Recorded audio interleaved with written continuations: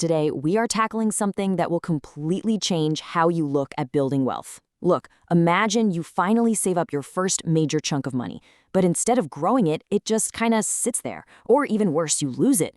And the reason this happens? It's not a lack of intelligence for sure. It's just because no one ever teaches us that to actually reach financial abundance, your investment strategy has to evolve as your wealth grows. It's not a one-size-fits-all deal. So today, we're looking at a framework that breaks down exactly how to invest your first $1,000, your first $10,000, all the way up to $1 million.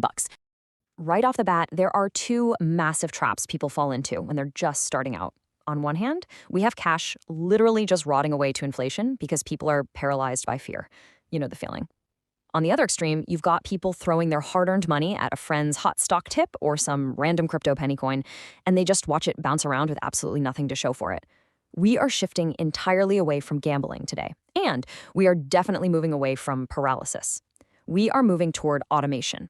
Basically, we're building a machine. So, here's our quick roadmap for today. We'll start with the cost of doing nothing, then move right into starting simple with $1,000, playing offense with $10,000, unlocking the $1 million playbook, and finally, building your rich life. Stick with me to the end and you'll unlock the exact playbook wealthy people use to manage millions.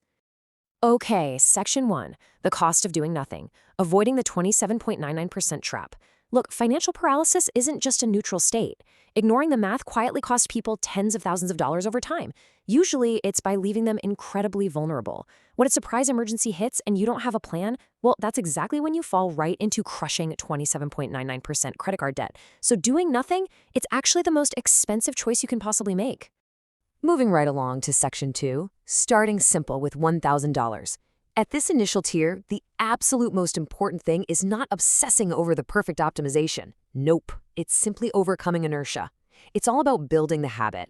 So the math behind this first step is actually incredibly simple. If you're starting with $1,000, here is your exact split. 50% goes straight into a high-yield savings account. This is your emergency buffer. You want to keep this $500 totally accessible for surprises, like when your car randomly breaks down or a surprise medical bill shows up. Why? Because having that little buffer is the exact thing that keeps you from falling into that nasty credit card debt trap we just talked about. And the other 50%, that goes directly into a Roth IRA or a 401k. Okay, so here is the exact chronological sequence you need to follow to set up the foundation of your money machine. Step 1, build that emergency buffer. Step 2, open an investment account and just pick a low-cost index fund or a target date fund. For example, if you plan to retire in the year 2070, you literally just look for a fund called Vanguard 2070. It does all the heavy lifting for you. And step 3, automate your transfers. Set it and forget it.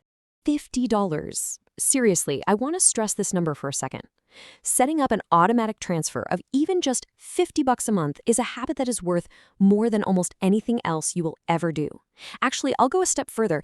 It is worth infinitely more than hunting for some magic penny stock based on a tip from a buddy who barely got his GED. When your money grows automatically, you can finally stop stressing over all those crazy market headlines. Keep this reality check in the back of your mind. You don't need the perfect stock. You need a system that's going to keep working for 30 years automatically.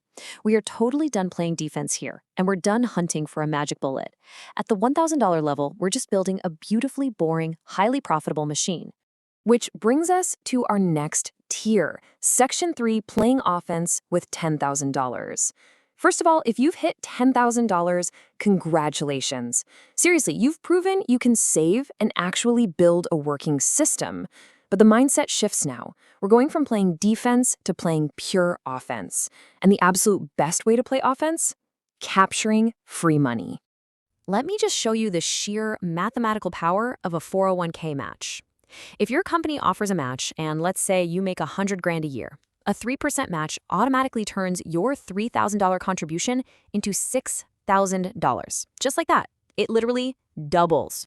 And yet, crazy enough, so many people just don't take the match. When you ignore your employer match, you are essentially walking up to your boss and saying, "No, thank you, I really don't like free money." Think about it. It is completely absurd to go to the grocery store and argue over the price of raisin bread while simultaneously ignoring thousands of dollars in free employer matches sitting right there on the table. Take the free money. Once you're grabbing that free money and maxing out those accounts, you need rules to actually scale up. Enter the redirect rule. It's essentially a preset instruction for unexpected money. Let's say you get a tax refund, right? Or maybe make some extra cash on the side. Your rule might be that 75% of that unexpected money goes directly into your investments. You don't even think about it. The system just handles it. And that right there is exactly how you go from occasional saving to constant, relentless wealth building. Now, as your accounts cross that 50 to 100 grand mark, your questions naturally start getting a bit more complex. You start wondering, can I afford a house? What about taking a sabbatical? At this stage, specialized services like Facet become highly relevant. They offer dynamic planning with fiduciary CFP professionals, but the huge takeaway here is the fee structure. Traditional advisors often charge a percentage of your assets, and honestly, that can quietly drain hundreds of thousands of dollars over your lifetime.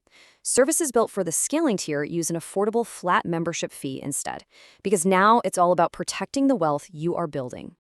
All right, let's move to the tier literally everyone wants to know about. Section 4, the $1 Million Playbook. It is time to pull back the curtain on how seven-figure portfolios actually operate. Prepare to have a major myth totally busted right now. Take a look at where $1 million portfolios actually live. 95% of it goes into a core portfolio, made of the exact same simple, low-cost index funds that everyone else has access to. The only difference? The numbers are just bigger. People always assume the ultra-wealthy have access to these secret, ultra-high return investments. They don't. At most, maybe 5% goes into alternative investments, which is essentially just fun money. Because honestly, the truth about all that secret VIP access, most of those alternative investments are absolute well, you get the idea. They're larded up with fees and horribly illiquid. Throwing money at a friend's tech startup or the new trendy bar down the street usually just results in completely lost money. Those boring S&P 500 index funds, they are far more profitable over time. Boring makes you rich. So what actually does change at $1 million? Well, the complexities shift. The focus moves toward minor tax optimizations, things like tax loss harvesting and backdoor Roth IRAs. It moves heavily into risk management with estate planning. But you know what the most exciting shift is? That last point, strategic philanthropy. Once you've essentially won the game of personal finance, the question completely changes. It's no longer just about you.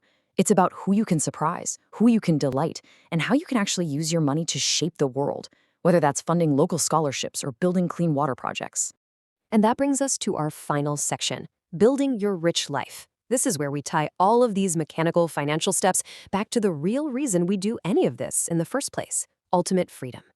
Your behavior, your entire relationship with money, it has to evolve at each step. At the $1,000 tier, your focus is simply getting started, and your mindset is just building the habit. It's kind of like dragging yourself to the gym those first few times. Then, at $10,000, you're diversifying and automating. You are cementing those habits into place. And at $1 million, you know exactly what you're doing. You are managing risk and legacy, and your mindset expands to shaping the world around you. You've got to systematically elevate yourself. Contrast these two lives for a second. On one hand, you have this exhausting life of playing small, sweating over the price of chicken, or getting super outraged because corn nuts went up 6% at the grocery store. Sounds exhausting, right? On the other hand, you have a system that relentlessly works while you sleep, while you travel, and while you eat. The absolute best part of building this financial machine is the immensely freeing reality of sitting down at a nice restaurant and literally never needing to look at the prices on the menu. So I'm going to leave you with a pretty provocative question to chew on. Which tier are you in right now? And what is your immediate next financial move? Don't just consume another piece of content today and forget about it. Look at the tier you are currently in, stop making excuses, and start building your financial machine today.